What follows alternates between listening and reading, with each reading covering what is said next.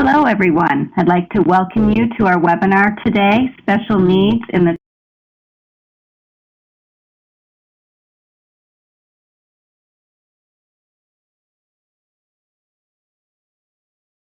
live, but we know that the recording is valued in the field for professional development. Today's speaker is Dr.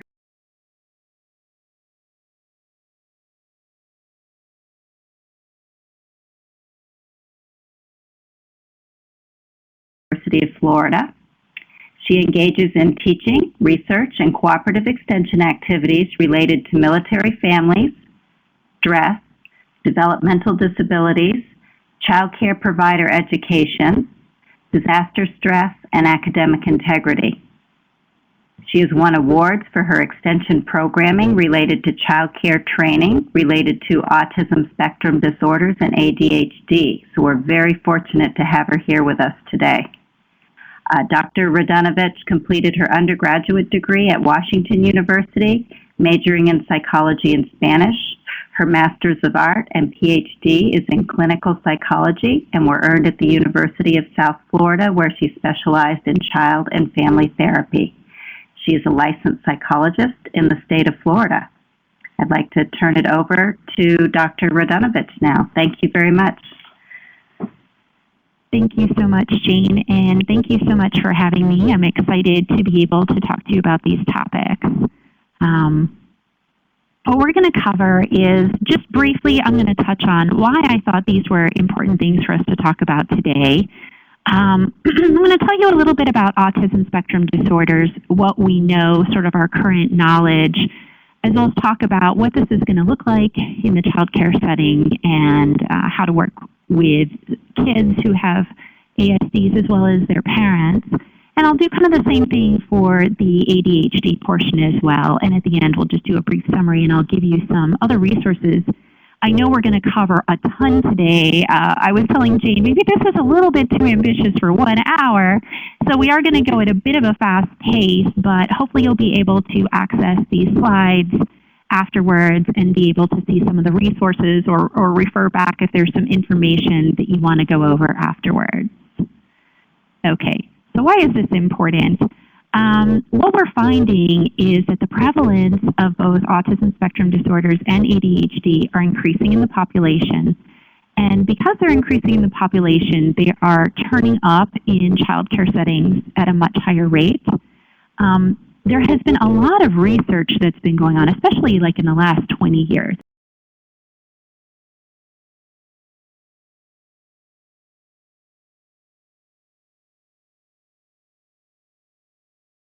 And particularly for autism spectrum disorders, but also for ADHD.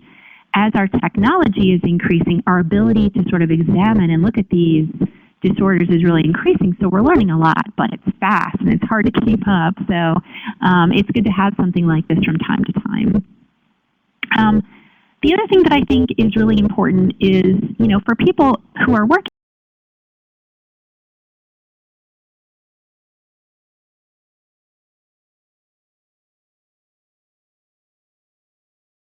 to impact how we work with them. And sometimes what I find is that people don't understand why children are behaving the way they are. They can have a really upset feeling.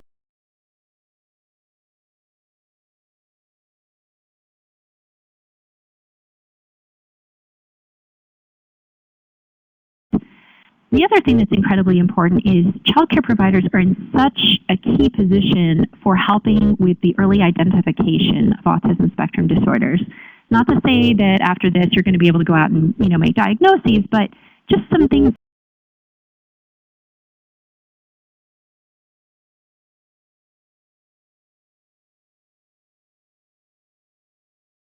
for people who are first-time parents. They may not realize that what's going on with their child is a problem, but child care providers have a good sense of normal development. They have a good sense of how children compare to other kids. And so knowing what to look for and what could be potentially problematic could lead to kids getting referred earlier. And it's very, very important, as we'll talk about later, for kids who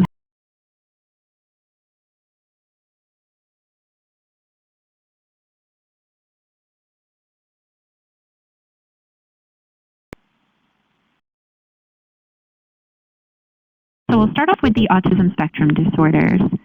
As you can kind of see from this slide, the prevalence of autism spectrum disorders in the population has been increasing at breakneck speed. It's really tough to keep up.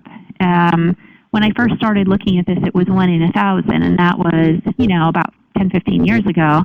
Now we're at 1 in 68. And so that's a huge shift in a very short period of time. One thing that has been consistent over time is that there is a much higher rate of autism spectrum disorders in boys than in girls. And so for boys, the actual rate is 1 in 42, and for girls, it's 1 in 189, as far as our most recent statistics. So, the question is, what's happening here? Why is the rate increasing so quickly? And why is it different for boys than for girls? And these are things that we don't necessarily have good answers for, but we'll talk a little bit more about them. So as time has gone on, our understanding and our conceptualization of autism spectrum disorders has shifted. So just about 2 years ago, the new DSM, which is a manual that's used in psychology and in psychiatry to come up with diagnoses, had a major shift in how they decide they're going to describe and diagnose autism spectrum disorders. So previously, there had been several specific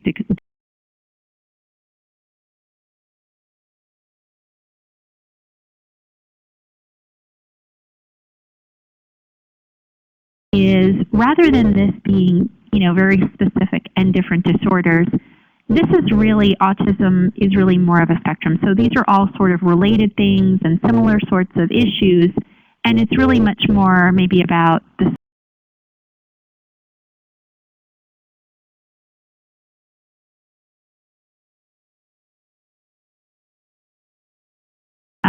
they kind of changed it. And so now there's only one diagnosis, autism spectrum disorder. And in order to get this diagnosis, you need to meet 4 criteria. And they also kind of shifted so that now both social and communication deficits are sort of combined together. And the reason that they kind of came up with it is that a lot of our communication is social in nature. They're sort of interrelated, both being social and communication. And so deficits tend to go together. So now they kind of put them together. And, now they sort of specify more by severity level rather than thinking about, oh, you have Asperger's. There can be some pluses and minuses to having just one diagnosis and thinking about it this way. So, for example, people with Asperger's often felt like, well, we're kind of special and different. We function at a very high level. And so there was a little bit of a sense that, I don't know if we want to be lumped in with these other people. But as they're looking at the research and sort of thinking about the research, they came to the conclusion that it made much more sense to put everyone with these sorts of issues together in one category and just really think about it as a severity issue.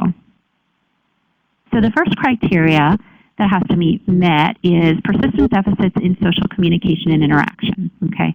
And you need to have all 3 of these things going on. And this is sort of the key part, I think, of autism spectrum disorders, is that children have difficulty relating to others and communicating with others. And this is sort of the crux of it, is it's hard. They don't have that same sort of back and forth, or what we call reciprocity. Like I say, hey, how are you? Oh, how are you doing? How was your day? We go kind of back and forth. And that sort of connection and back and forth and being able to communicate, being able to use nonverbals to communicate is very different. And so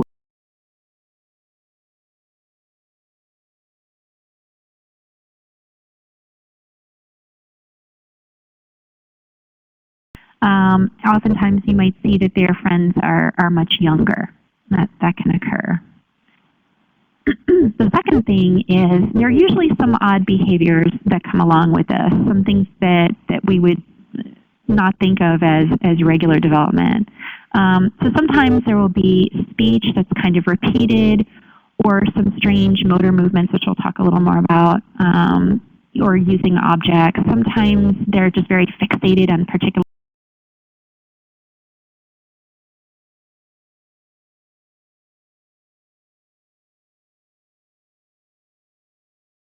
sometimes there can be a lot of sensitivity to sensory input, or just an unusual reaction to sensation, maybe too little, but usually it's oversensitivity.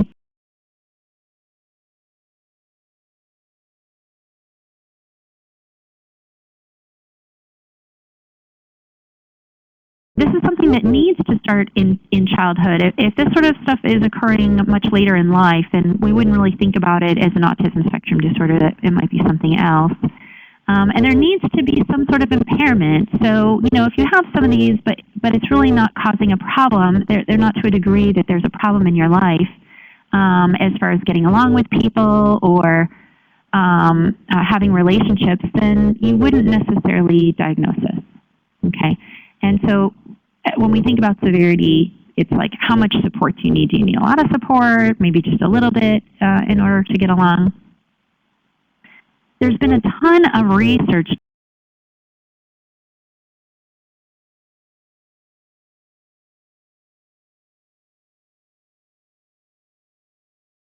this happens and why it is happening at a much more frequent pace now than previously.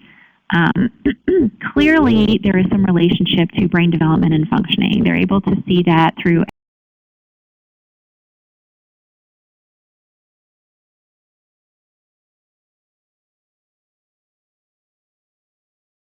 changes are occurring. There's a sense that there might be multiple pathways to reach this diagnosis. There might even be separate, wholly separate disorders. In some cases, there might even be a genetic thing that hasn't been identified. Actually, Rett's disorder is something that they found there's a genetic component that used to be considered one of the autism spectrum disorders, but now they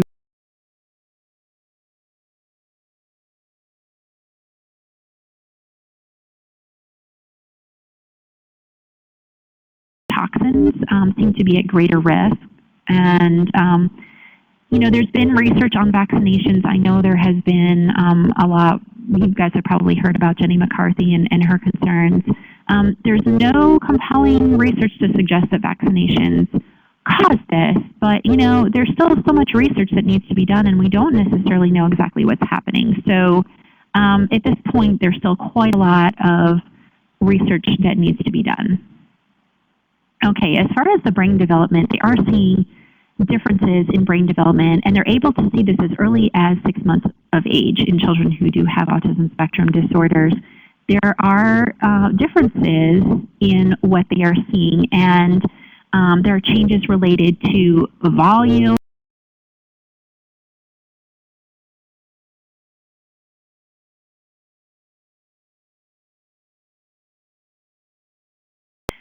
there are differences in nerve fibers and the connections and the pathways. So there are definitely some differences that you can actually see if you are looking at brains. And so, but it's kind of hard to tell, like, is that what's causing the problem? Is that just a side effect of something else that's going on? It can be really sort of hard to tease this apart, and they really need to continue to do a lot more research on this. At this point, they also don't have any sort of absolute cure, but there are some people who are able to improve to the point of being indistinguishable from, quote, normal, and there's even some recent evidence that there are potentially some people who are able to actually, lose the autism spectrum disorder altogether, but this is still kind of newer, and we'll talk a little more about that. There's been some research on oxytocin. So for those of you who know about childbirth, you know that that is something related to childbirth. And they have found that for kids who are higher functioning autism, that there might be some benefit for them using oxytocin, but this is sort of a newer thing, small study. They really need to do more research on this. The one piece of evidence that they have that has been consistent across time, they've got a lot of evidence for this, is that early intervention shows better prognosis and outcome. That's why it's so important with autism spectrum disorders to figure it out and get kids intervention early. And the things that they have found that have been helpful have been working on behavior changes. So behavioral intervention, social skills training, speech therapy, occupational therapy, some sensory integration therapy, and some kids respond to medication if they're having behavioral issues, keeping in mind medication is not going to solve your problem, but it can possibly help if children are having some severe symptoms in those cases. So there are a few some new things that are coming out in the area of treatment. The first one is this really intriguing area of recovery. So how awesome would it be if kids could recover? And they're starting to see that, anywhere from 10 to 20% of those kids who are given an autism spectrum disorder diagnosis reach a point where they are no longer meeting criteria later on. And, there's some questions about, like, are you really, are you just gaining skills?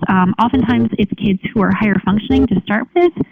They're also kids who receive early intensive intervention. So, the question is, are we actually changing these neural pathways? Are we changing the brain? Are we really sort of helping these kids to recover?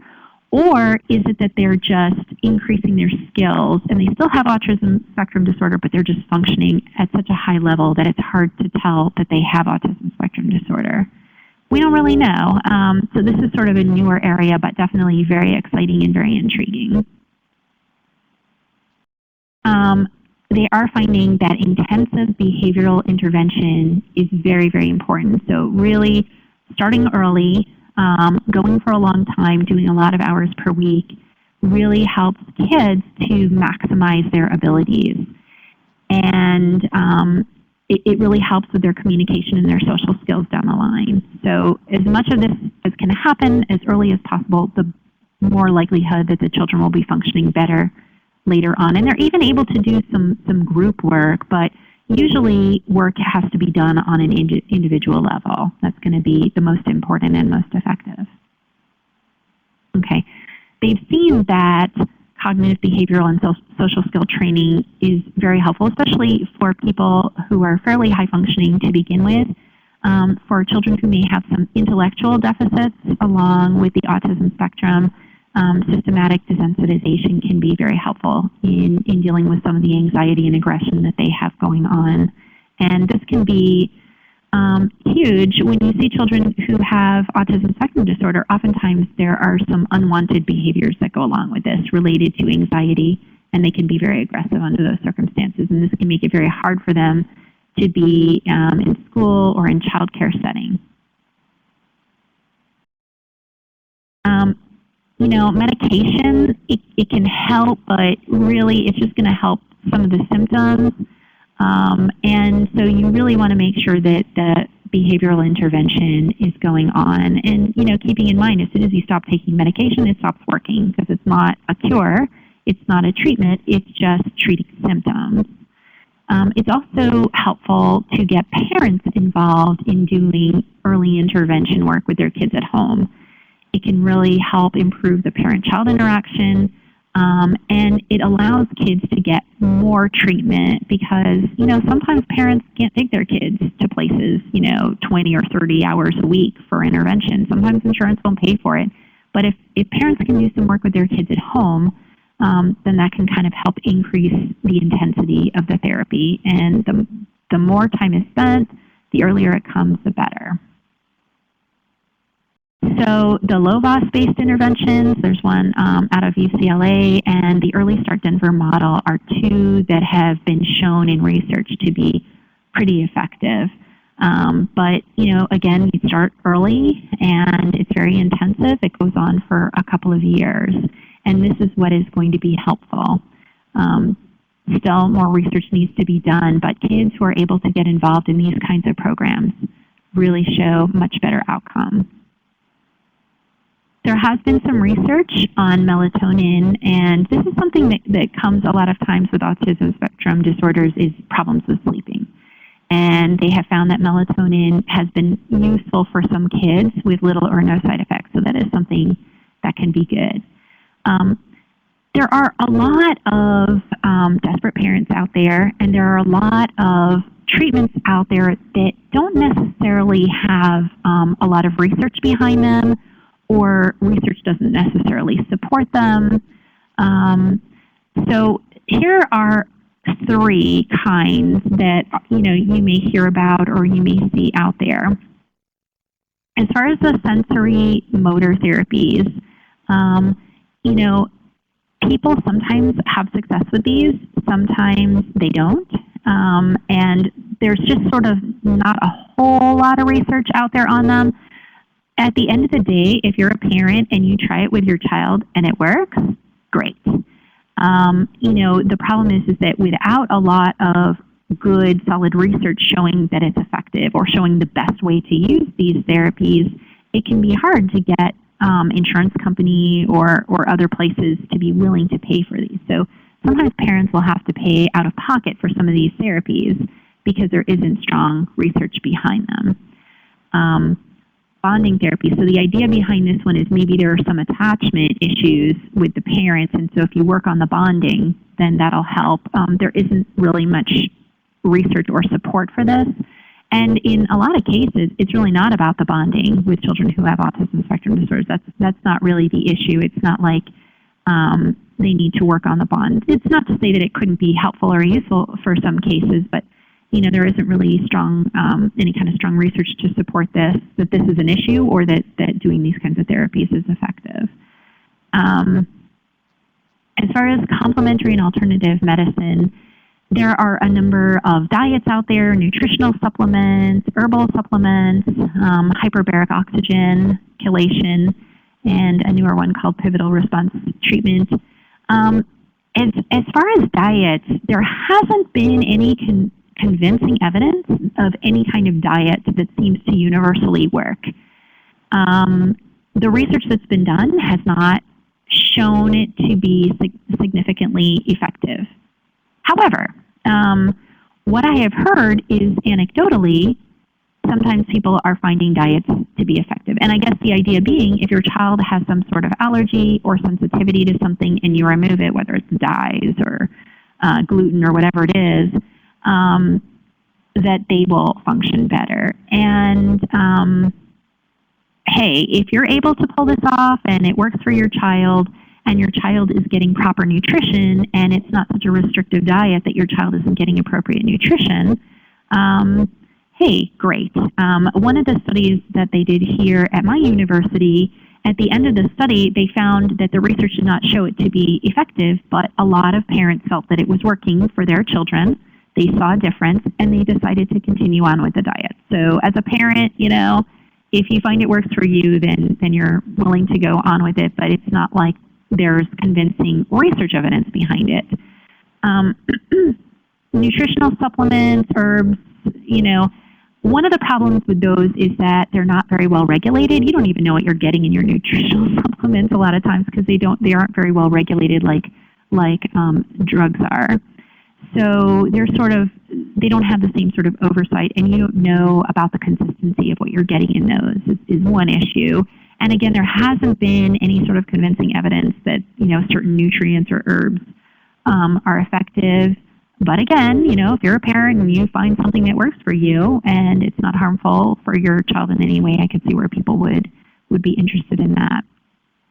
There has been some evidence to support using hyperbaric oxygen, but it's still sort of a newer technique, and a lot more research needs to be done on that. And with any sort of intervention, there's always some risk involved. But that one actually does seem to have a little more behind it. One that is very problematic is chelation, and we'll talk about that again related to ADHD, but that one is dangerous. I mean, that is something that people should not be using. So if you hear of something like that, you may want to let people know. There's evidence, not only is there no evidence that it's helpful, there is evidence that it could be toxic for children. And so that one is one that people should really stay away from. Pivotal response treatment, the idea being if you change a few things, and you're able to get certain skills, that it'll somehow change the brain patterns and improve them more universally. There isn't a whole lot of evidence behind it, but it is kind of a newer concept. So we'll kind of see where that one goes. Okay. So what are some things you should maybe be looking for in the child care setting that might kind of give you a sense that this is a child who has an autism spectrum disorder? So first of all, obviously, delays. You also want to look for kids who don't show that sort of social interaction that you would expect.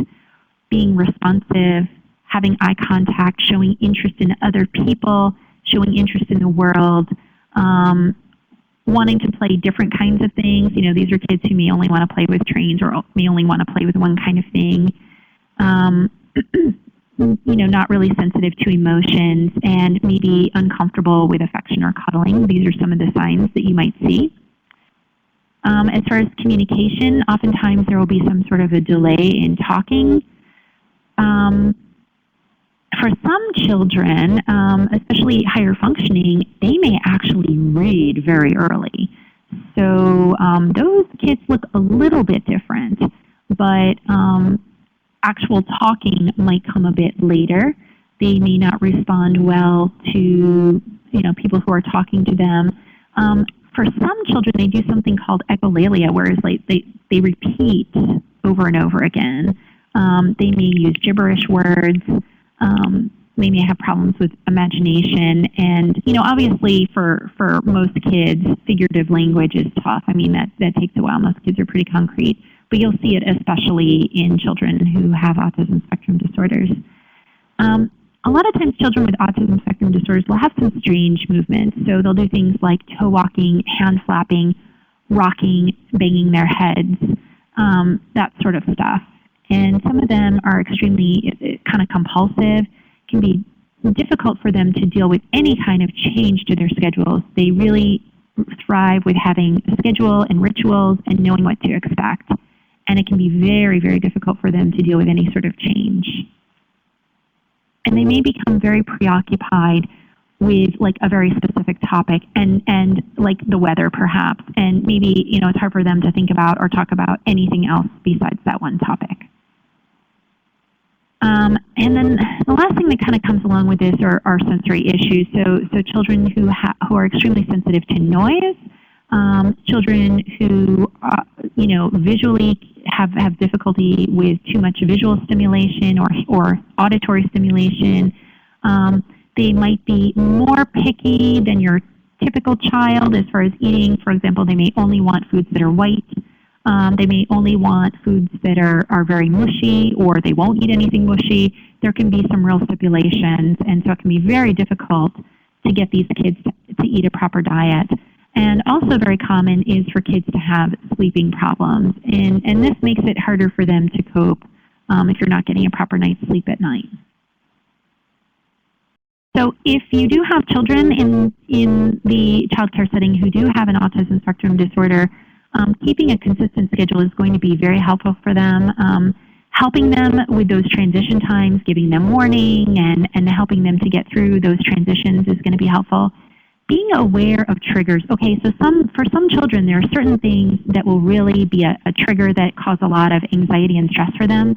And oftentimes it might be sensitivity to sound or just too much noise or too much going on in the room. So if it's possible to sort of reduce or keep them away from things that will be a trigger for them, smells, whatever it is, textures, you know, if it's possible to figure that out and to sort of keep those at bay, that's very helpful. Trying to be clear and concrete in what you say, using multiple modes of communication, so maybe something visual that they can see in addition to giving oral instructions. They may need repetition, but you also want to give them a little extra time to respond. They're going to need some help with their social skill development, so encouraging that, helping to encourage them to engage in eye contact is very helpful. Now, we talked about how it is so important for children who have autism spectrum disorders to get diagnosed and get early intervention, right? And so this is why it's so important, if you do have a suspicion that something is up with a child and that they might potentially have some sort of autism spectrum disorder or other developmental problem, to bring it up to parents. And this is not always an easy conversation to have. And you don't necessarily want to say, I think your child has autism. but just say, I'm seeing this, I'm seeing X, Y, and Z, and, this isn't what we would expect. So it's going to be important for you to talk to the pediatrician and see about maybe getting some sort of evaluation. And sometimes it's possible for you to actually be the one who does some sort of referral, sometimes for local services. I know here where I live in Florida, it is certainly possible for teachers or child care workers to make that referral, and they do sort of an early evaluation, and doing that is very helpful. And so kids are able to get free intervention early, and that's really very good. But, it is important to be sensitive to parents' worries. You don't want to freak them out. You don't want to make them overly anxious. Sometimes kids have delays. Sometimes they are a little different, and it's okay, and it doesn't necessarily mean that they have an autism spectrum disorder. But if you do see something out of the ordinary, it is important to say something and to bring it up. A lot of parents are not going to, who wants there to be something wrong with their child? Nobody wants that. That's hard, and especially having a child with an autism spectrum disorder is a big deal. It means a lot for the family's life, for the parents, and it can really change what their life is going to be like, what their child's life is going to be like, what they would expect down the line. Child may need long-term care. So there can be a lot of additional stressors for parents who have a child with an autism spectrum disorder. So I think it's important to be sensitive to that. I mean, it affects their home life, their social life. It might be tough for them to get babysitters. They may need to take this child for intervention multiple hours a week. This child may need special education down the line. And so these are all huge stressors for parents. And so, just being sensitive to that this is a huge deal for parents and can make a huge difference in their lives. The other thing that the research shows is that parents who have a child with an autism spectrum disorder seem to be at greater risk for divorce. So you can tell that something of this magnitude can really have an impact on the marriage. And so, these parents are under quite a bit of stress. So just as you are speaking with them, just be sensitive to that. And, if you can come across as, we're a team, I'm on your side, I just want to be in good communication with you, and, what can I do to help support you? I think that goes over a lot better with parents, or at least I have found that to go over a lot better with parents. So just keeping in mind, it's not necessarily easy news, but maybe kind of framing it as, I'm seeing these specific behaviors that concern me, that it might be good to get an evaluation, I think would be the best approach. Okay, we're going to switch gears now. We'll talk a little bit about attention deficit hyperactivity disorder, which is commonly called ADHD. So, identifying this, okay, is statistics 3 to 9.5% of school-age children have a diagnosis of ADHD. But really, it might even be, 1 to 20%. The statistics that you get are so varied. This is a tough one to sort of know what is happening with a child. And so we'll talk a little bit more about diagnosis later, but it is kind of tough to get a good handle on what the percentages are. But ADHD is definitely more common for boys than girls, again. And it more often in girls looks a little bit different. Like girls, I think, are more likely to show the inattention than boys. Boys might show both, or they might skew more towards the hyperactive. But girls, it's less frequent, and it just maybe presents a little bit differently sometimes in girls. It seems to be more common in non-Hispanic white children. And for the preschool set specifically, so for the very young kids, the hyperactivity and impulsivity is going to be much more clear and much more common. Inattention, because we don't expect that much ability to pay attention in young children, you don't necessarily see that yet. So that is harder to actually even see that part in young children. So according to the DSM, what you're going to expect is that these symptoms are going to be around before the child turns 12. You do want to wait with this one, so unlike the autism spectrum disorders where, if you suspect something, you want to get kids early intervention as soon as possible. It's different for ADHD. In fact, because some of the things that you see with ADHD could just be a slight delay in development and maturity, you want to probably wait till at the minimum 4 or 5 before you would even try to give such a diagnosis. Because sometimes what's happening is kids are just a little bit delayed, and so they're just a little less mature in their ability to sit still and to pay attention.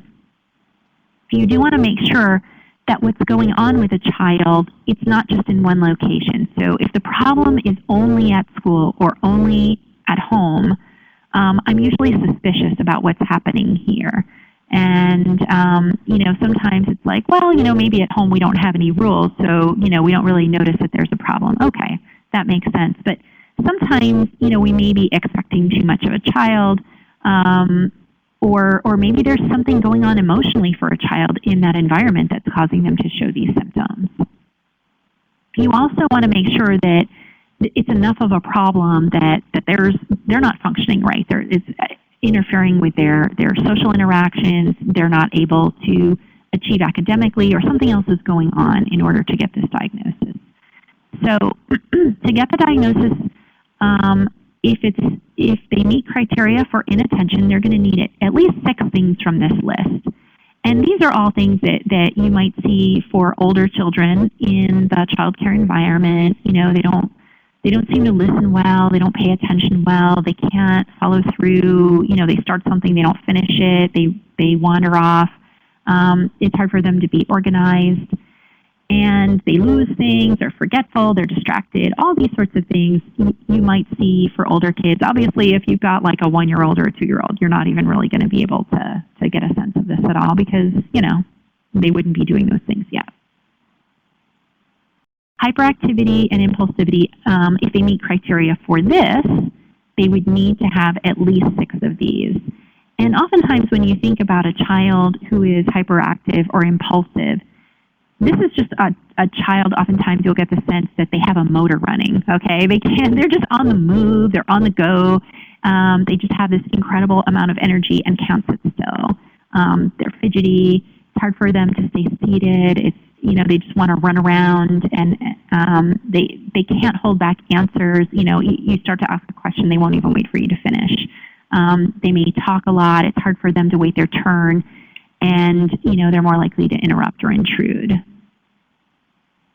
So there are 3 ways that this might present, okay?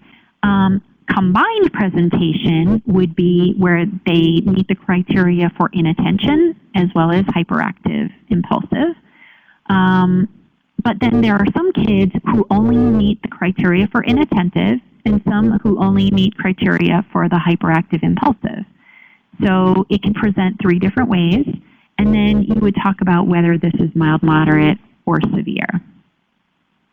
A lot of kids are combined. They will show both. But especially for younger kids, they're more likely to be the hyperactive impulsive, and it might just be that you're not seeing the inattentive yet. There are some kids who are not hyperactive and impulsive. They're just inattentive, and it's just hard for them to focus. Oops, I think I skipped one there. There are some other things that tend to go along with ADHD, such as problem sleeping, learning disabilities. Very common for kids to have both ADHD as well as some sort of a learning disability. Kids with ADHD tend to have behavior problems and more likely to be moody or aggressive. There are some issues with trying to identify ADHD, okay? And especially for younger kids, this can be particularly difficult because some of what you're seeing, as I said earlier, is it just might be that, this is just the age that they're at, and maybe we're expecting too much from them. Some kids are a little delayed in their ability to pay attention and sit still, and it might just be a little delay, and then they're okay. Maybe it's not really ADHD. And there's really no this is how you would diagnose it at age 4. This is how you would diagnose it at age 7 or anything like that. They don't really have that sort of age-specific criteria. Some of those symptoms might be normal, like for young children, age 3 to 5, some of these symptoms, that's kind of how a 3-year-old or a 4-year-old or a 5-year-old behaves, and that's why you don't want to diagnose it too early. You don't want to label a child if, really they're just being their age. There are also a lot of symptoms related to ADHD that can be other things, other diagnoses. And, there's no blood test, there's no standardized assessment that people use, and so a lot of it is based on history, observation. There's some measures that parents and teachers can fill out, but it's kind of soft. It's really hard to make a definitive diagnosis. You just look for a pattern of things that go together that suggest this. So, like with autism spectrum disorder, we're seeing this more commonly now, and we're not entirely sure what's going on here either. Is it that we're just getting better at identifying these symptoms? We're noticing them sooner. We know more about it now. Some people are concerned that maybe there are more toxins that we've been exposed to, flame retardants in pajamas and things like that. Are there some things going on in our environment that are contributing to this? Is it, just that we're changing the DSM, and making it kids more likely to get this diagnosis? I think also for many of us growing up, I didn't know any kids who had ADHD when I was growing up. But of course, they probably did. They just weren't given the ADHD diagnosis. They were just bad kids, like the kid who wouldn't sit still and listen to the teacher. So it might just be that we've kind of reframed how we think about those children. What we do know is that there is a neurological basis for this disorder. Both MRI and fMRI studies have shown that there are differences in the volume and activity in different parts of the brain for children who have been diagnosed with ADHD. And the prefrontal cortex, so the front of the brain, and the cerebellum seem to be the most affected. And so these children oftentimes will show less mature brain development. And for some kids, they actually outgrow ADHD later on, and it might be that their brains just catch up. And in other kids, they continue to have this into adulthood. So we're still not entirely sure what's causing it, why it's happening, and we don't have a good enough research and technology to just look at someone's brain and say, yep, that's ADHD. Because occasionally there are kids whose brains look like this, but they don't have the symptoms, and others who do that don't have it in the brain. But for a large majority, there definitely seems to be something going on neurologically with these kids that seems to be the basis for their difficulties. Okay. So part of what makes this difficult to diagnose is in kids, there are a lot of other disorders that look like ADHD. And this is one of the things I used to struggle with when I used to have to do evaluations. A kid who's not paying attention, is it ADHD? But, that's also what kids do when they're anxious. They're preoccupied.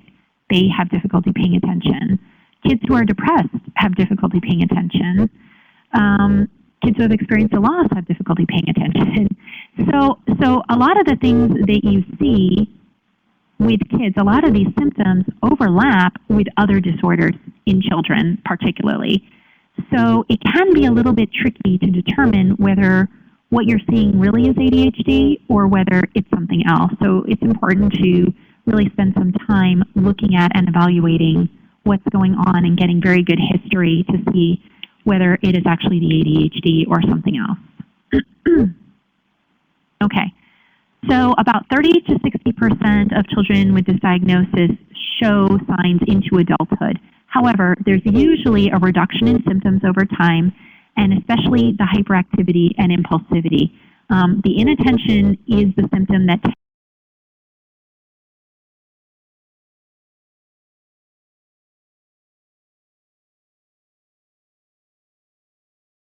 looked at her and I'm like, oh my goodness, she has ADHD. I mean, she could not sit still in class.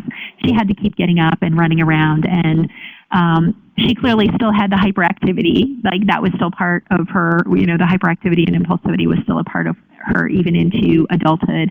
So it does still continue on for some people. But for some, they, you know, it's like their brains kind of catch up and maybe they grow out of it, or maybe they learn some strategies and skills. But the inattention seems to be the hardest, and that one tends to stick around. There are different kinds of treatments that are available, and we'll talk a little bit about each of these. Okay, medication. So I have seen medications make a huge difference for children who have ADHD. And this is particularly important as kids are in school and they need to focus and they need to learn, because if they're not able to sit and focus and learn, you know, they're going to have real academic problems. So medication can be huge. However, medication is not perfect. And there is not a whole lot of research on the side effects, especially for young, you know, giving it to younger children for long periods of time. With young children, it is definitely possible to over-medicate. They do know about some of the side effects of these medications. They can be very problematic, you know, growth issues, intestinal problems. So, you know, it's not perfect.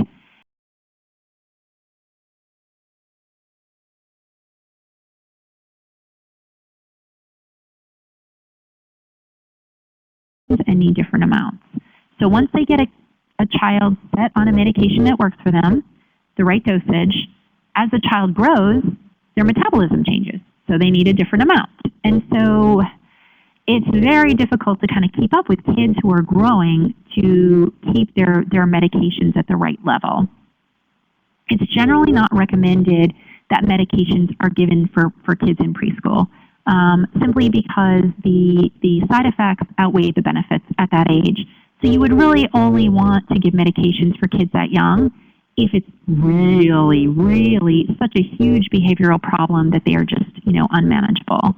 And even then, you'd really have to see. And you know, there's some parents who just aren't comfortable with giving medications to their kids. They're short acting. They just work.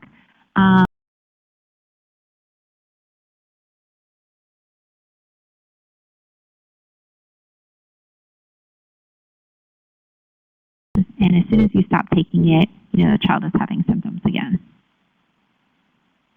So what do you do for young children who seem to be having symptoms of ADHD? And so some of the best that we know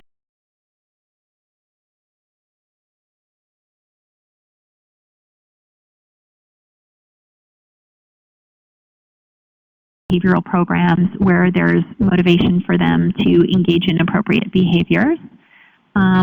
Other sorts of behavioral strategies, perhaps like you might do in the child care setting, where you'd be working on social or problem-solving skills, maybe a level system as far as their behavior, and so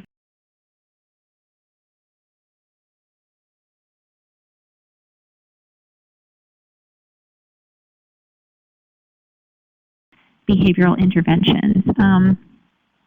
You'll want to do things maybe that help the child with self-regulation, so charts, daily reports, things like that can be very useful as far as thinking about these children in the child care setting. Other than medication and behavioral intervention, which seem to be the most effective, there has been some research on other things, but again, they have not found a magic bullet. Something called neurofeedback. There's been some limited research on this that's promising, but it certainly needs a whole heck of a lot.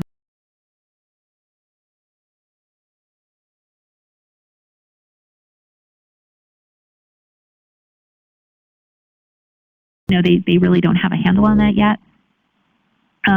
Again, if you've got some sort of an allergy or a sensitivity, diet changes could be helpful. Some people have found things like fatty acids or ginkgo biloba to be helpful, but it's a mixed bag, limited success. You know, again, the nutritional supplements are not well regulated, so it's a little bit dicey, but you know, you kind of can see what works for you, but those things could also potentially have side effects. interactive metronome.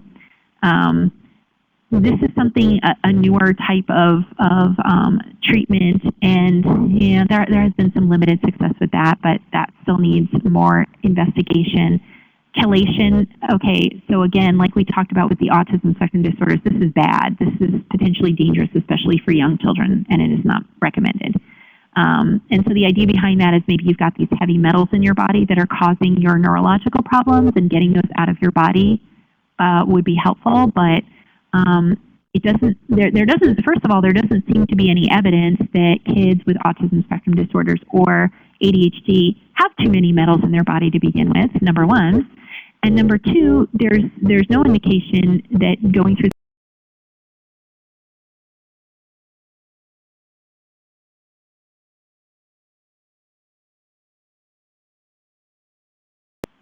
Okay, so as far as in the childcare setting and what you may want to focus on, again, having routine, focusing on helping them with their organizational skills, trying to help them avoid distractions, limit choices. Sometimes having too many choices can be overwhelming.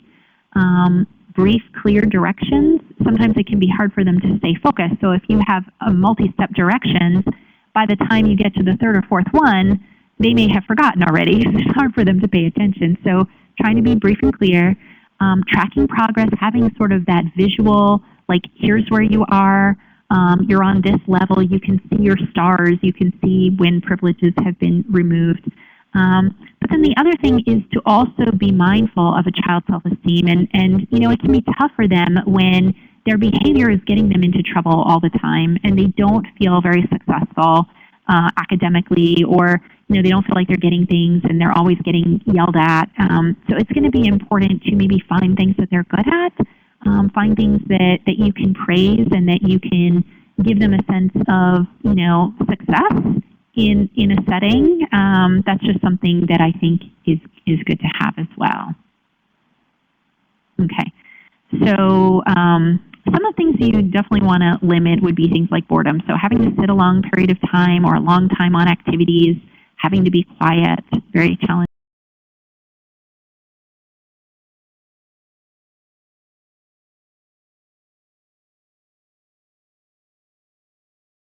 Keep confusion to a minimum. Repetition, so having structure and repetitive schedules is comforting and helpful for children who have ADHD. Having something that's engaging, short activities that are engaging, and of course, everyone would benefit from that, right?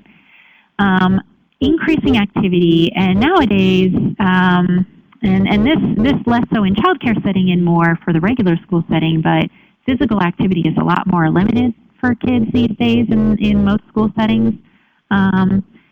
So as much as possible, children who have ADHD, they really, being physical and letting that out is going to be so helpful for them. So opportunities to exercise, go outdoors, having planned physical activities, that's probably an area where these kids are going to shine. And it's great for them to have that outlet. And I think all kids as well, really. Again, having that monitoring and rewards, helping to make things more, helping to make them more aware of their behavior and what they need to be doing and the choices that they're making. And that's what monitoring and rewards will do. Providing feedback on a consistent basis to parents, every day your child did this, so that the child can get reward at home when they do well in your setting. Some other things, these are things that as they're a possibility, having some sort of communication, whether it's a folder or a note home every day, active activities, positive reinforcement. A lot of these children will benefit from extra monitoring, and in some settings, sometimes there are volunteers or other people who could maybe be assigned to a particular child, or to kind of keep an eye and be an extra set of hands and ears and eyes to work with that child can be beneficial. But again, not every setting has that kind of luxury, right? All right, working with parents. So, with ADHD, it's, you may want to let parents know if you see some things that don't seem right to you. However, this is not one that we need to rush and get a child a diagnosis early on. With ADHD, you may want parents to be aware of what you're seeing, but you don't necessarily want to give a child a diagnosis or do any kind of serious intervention until a lot later. So with this one, unlike with autism spectrum disorders, it's not as much of a rush.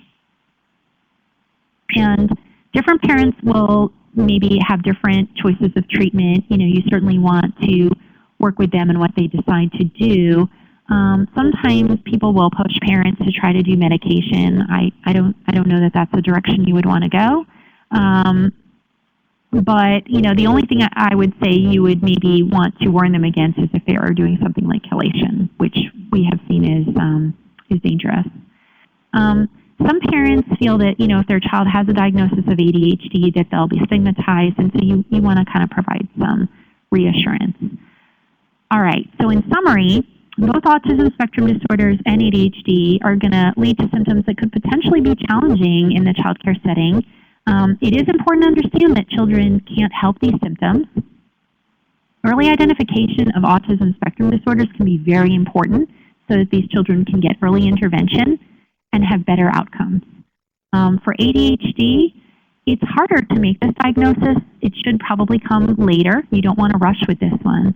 And, you know, in that case, you would certainly want to work on behavioral intervention if that's something that you suspect. It's important to communicate with parents, but also be sensitive.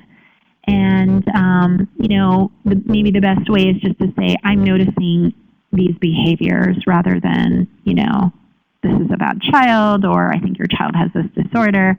Obviously, a diagnosis should be made by a specialist. And sometimes parents will take their child to just a general pediatrician, and most pediatricians really can't necessarily make these diagnoses. It really would need to be more of a specialist. I included here some resources that you guys may want to check out. These are related to autism spectrum disorders, and so you've got those links. And here are some links related to ADHD as well. So as if you guys want to learn a little bit more. I'm going to leave this to Jane now, and thank you very much. And if there are any questions, I'm happy to take them.